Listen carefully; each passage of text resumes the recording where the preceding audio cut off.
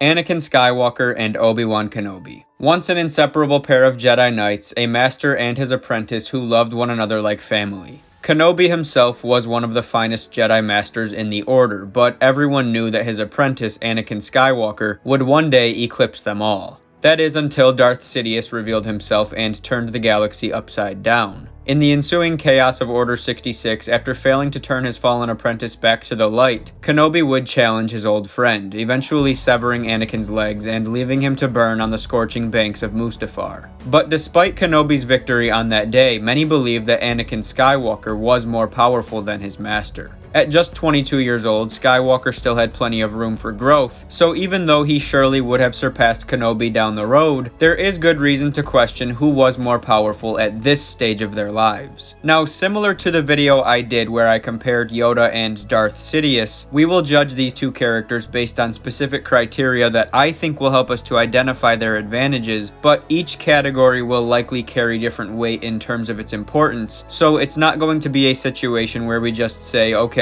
this character won more categories than the other, so they're clearly more powerful. And with that being said, the criteria we will be judging them on include lightsaber dueling skills, raw strength in the Force, and finally wisdom and/or knowledge, which, as you will come to see, is actually more significant than it was with my Yoda versus Palpatine breakdown for a number of reasons which I'm going to cover throughout this video. But before we get to that, let's begin with their lightsaber skills. Now, this is probably the toughest of the three categories for me because Anakin and Obi-Wan are both exceptional lightsaber duelists, recognized as two of the finest in the history of the Jedi Order, but the really tricky part is the fact that they utilize fighting styles which almost mirror each other's, and at least in this particular case, as we see in Revenge of the Sith, that results in a stalemate when they go head to head. And the closer you watch that fight, the more apparent this becomes. If you watch closely, you'll see that Obi-Wan counters Anakin's attacks with pretty much identical movements, and this causes Anakin to recalculate his own attacks, and then Obi-Wan reacts to that adjustment in the same way,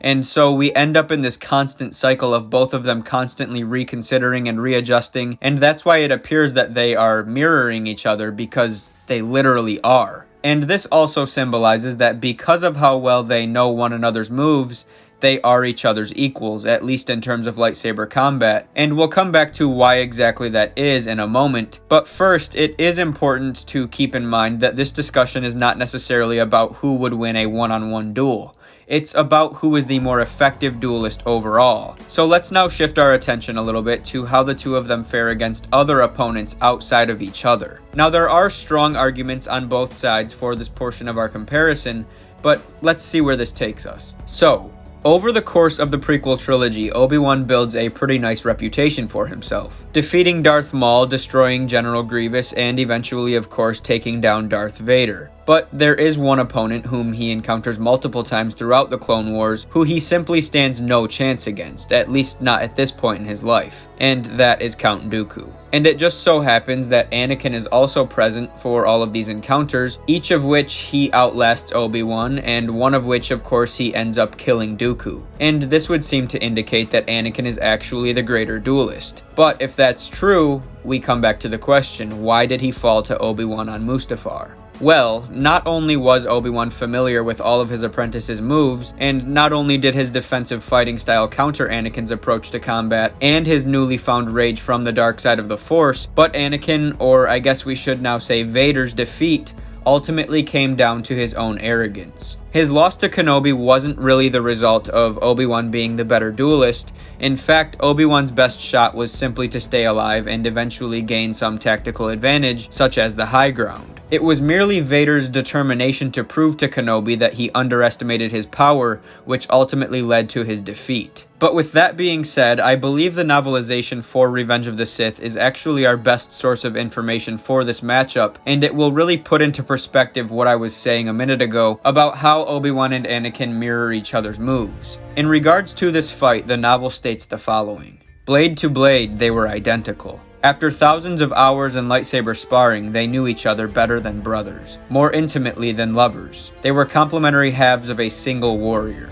End quote. But again, this is only in terms of how they compare to one another in a head-to-head matchup. And I would probably be willing to concede that, as the novel is alluding to, this is actually a tie, which is not something I normally do. If push comes to shove, and I absolutely had to choose however, I myself would probably have to take Anakin, solely because of their encounters with Dooku, but let's call it a tie for the time being, and see if the next category can give us a little more insight on this one. As is becoming a common theme with these videos, in answering one question, even though this time we didn't really come away with anything concrete, we have also answered another. The breakdown of this fight alone also clearly tells us that Obi-Wan was the wiser man. And while wisdom and knowledge do not necessarily always mean that much in a comparison of power, this is an extremely important category for these two, because as we have established, it was the determining factor when they clashed head to head. Overconfidence was Anakin's greatest downfall, and it's here on Mustafar that weakness is put on full display. So Obi-Wan now leads 1-0 as we come to the final category of raw force power. And, well,